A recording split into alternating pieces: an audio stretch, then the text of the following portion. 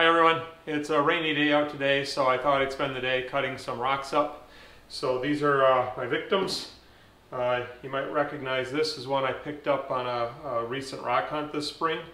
It's a screen rock. It's kind of soft. I don't know what I'm going to be able to do with it. I hope I can make a pendant or something out of it, but we'll see if it's too soft for that or not. I'm hopeful. Then I got a piece of Gowganda Tillite, which I usually don't bring home, but I found one of these out in the garage underneath the saw, so I thought, well, we'll slice that up and see what it looks like. This is a Petoskey stone, and where's that other one? There it is. Normally, I don't cut Petoskey stones on my outside saw, and there's a couple reasons for that. One is that it's got oil in it, and Petoskey stone's kind of porous.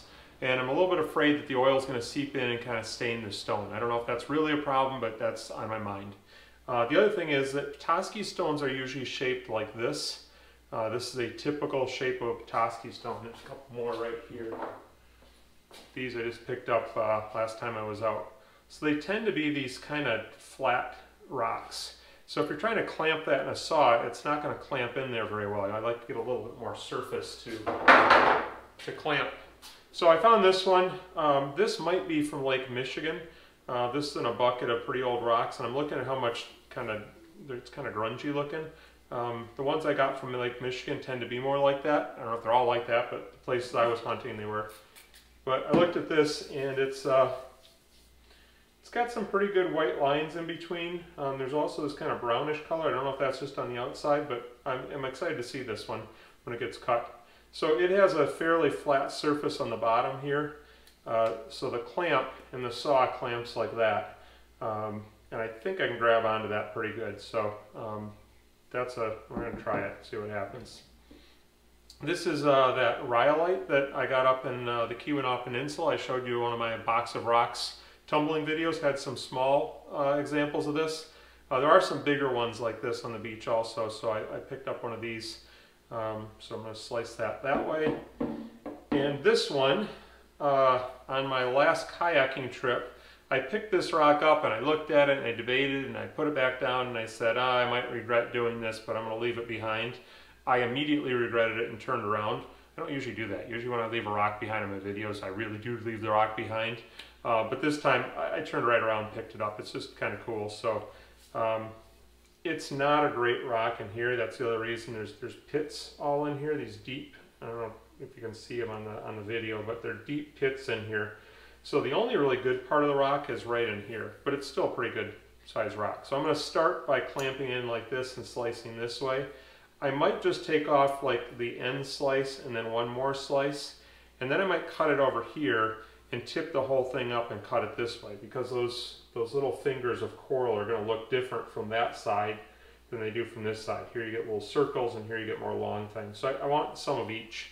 So I'll probably clamp that a couple different ways and see what happens. So these are the rocks I'm going to slice. I'm going to take them out in the garage, put them in the saw, and then I'll come back and show you what we got when we're done.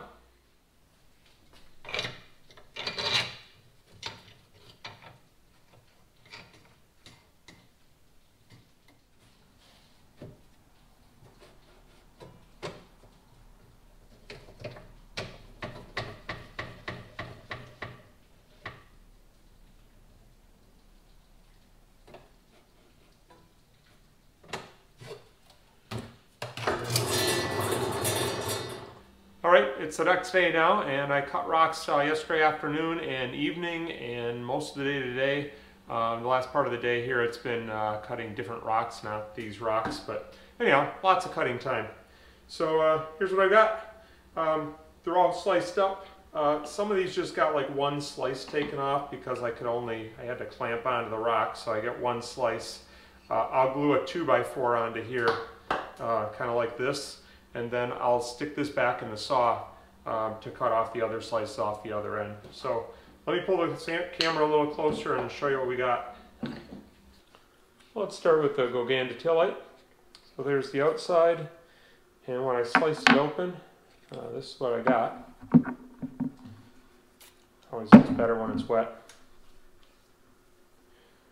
So this is a 2.2 billion year old conglomerate rock. So you can see the pebbles that are in here. Those are mostly granite, I believe. And if you've watched my beach videos, you'll know that I'm not super excited about this rock, and I rarely pick it up because I just really haven't had very good luck with it in the tumbler. A friend of mine's had better luck with it than I have. I should really give it another shot. There's a piece of jasper in that one. That's kind of nice. It's a pretty rock, kind of like a pudding stone. I've heard people call it like a black pudding stone or a dark pudding stone or something like that, but this isn't actually considered a pudding stone. It's Gowganda Tillite. My next rock is Rhyolite, banded Rhyolite. And you may have remembered this from one of my Tuesday night Rocks in a Box videos. This is a bigger piece, of course, and usually they're smaller. But there are some big ones on the beach where I picked this up. So it's got this nice banding in it, or I don't know if I call that banding, but a pattern on it. So I was surprised when I cut it open that that pattern pretty much isn't on the inside. There is slight banding in there, and there's some of those lighter colors in there. But for the most part, it's kind of plain and boring on the inside. So the reason I was surprised, look at this. See how it's got the color there? And it's very thin. So I think it's some sort of oxidation or something on the outside of this rock. There's hardly anything there. But the reason I'm surprised is because I've tumbled this stuff. And when I tumble it, this has been in the tumbler for a long time. I mean, this would have been, a month or two in the coarse stage of tumbling. So more rock than this little tiny sliver on the outside would have been tumbled off of this. And it has the color on the inside. So that's the same kind of rock. So I really don't know why it is so plain on the inside. I've only got a couple slices off it, so maybe there'll be more color throughout the rock, but it really doesn't look like it based on what I'm seeing here, this little shell of color on it. That was a little bit disappointing. Next we have our Petoskey stone. And I wasn't really sure what to expect in these. These are hard to tell sometimes on the outside what they're going to look like on the inside. And I had some idea that this might be pretty good. I lost the first slice, fell down in the oil in the saw, and I couldn't find it, I guess. But this is actually pretty good. I'm happy with this one. So that's well above average. And it's a big rock, so hopefully it looks that good all the way through. Sometimes they do change as you go deeper into the rock, it sort of changes. Even from there, that pattern's better than this pattern in my opinion. It's starting to get a little more washed out. So hopefully it doesn't wash out completely as I go through the rock. A really dark spot right there, kind of cool. So yeah, I'm very happy with that one. Turned out well so far. Alright, and then we've got what I think is Cladopora, although as I said, the little corals in here are smaller than they normally are. They're usually farther apart and a little bit bigger. So this is what the outside looked like. So this was a little complicated cut, so I'll explain to you what I did. First thing I did is I clamped this into the saw, and I got 3 cuts off the end. I could have gotten more cuts, but I wanted to stop after that. So by cutting from the end, here's what the very end looks like, and here's the inside. By doing that, I got the ends of these little fingers of coral, so they're kind of round-ish. So I did 3 slices like that. Just take a look at them here. And when I polish this up, it'll look like it does wet, or at least closer to that. This looks kind of dull this way, but you get it wet or you polish it. It looks really nice. So I'm really happy with the definition in those little corals. You can really see the detail in them. That one's still a little oily. It's beading up on there. I run oil in my saw on the outside, in the garage. Inside here, I run water in my saws. Isn't that nice? Love that stuff. This is the one I almost left on the beach, and I'm so glad I didn't. So then I cut off this end, so it looks pretty much the same there.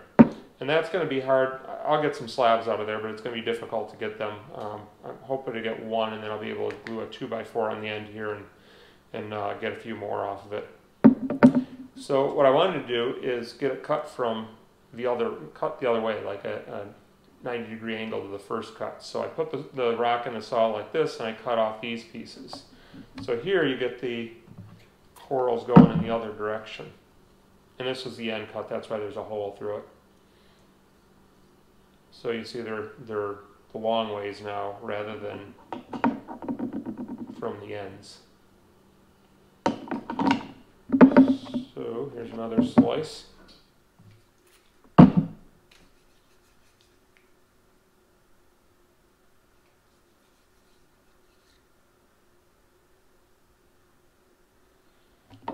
And then maybe the most fun is this one.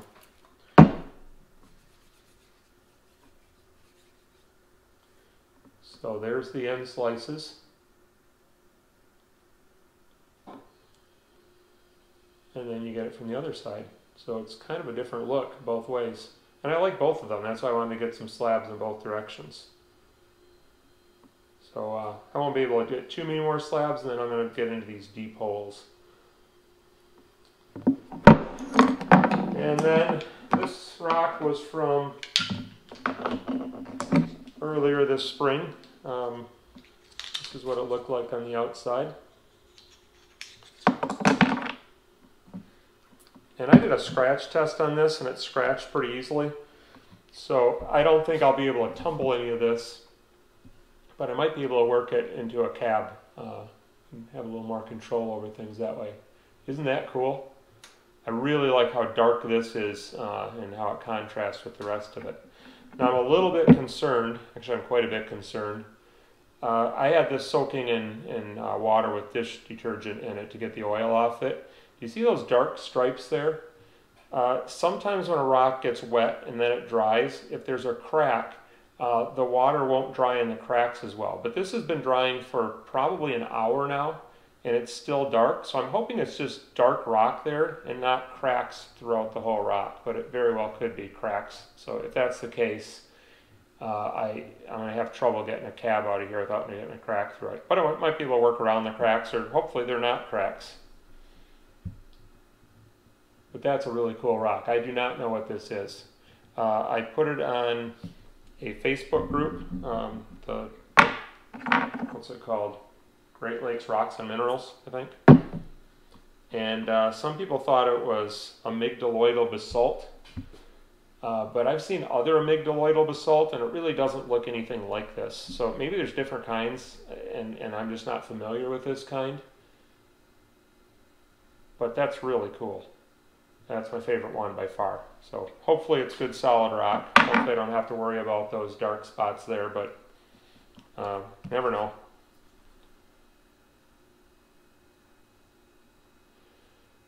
Alright, so that's the 5 rocks I cut up, and I'll see you next time. Thanks for watching.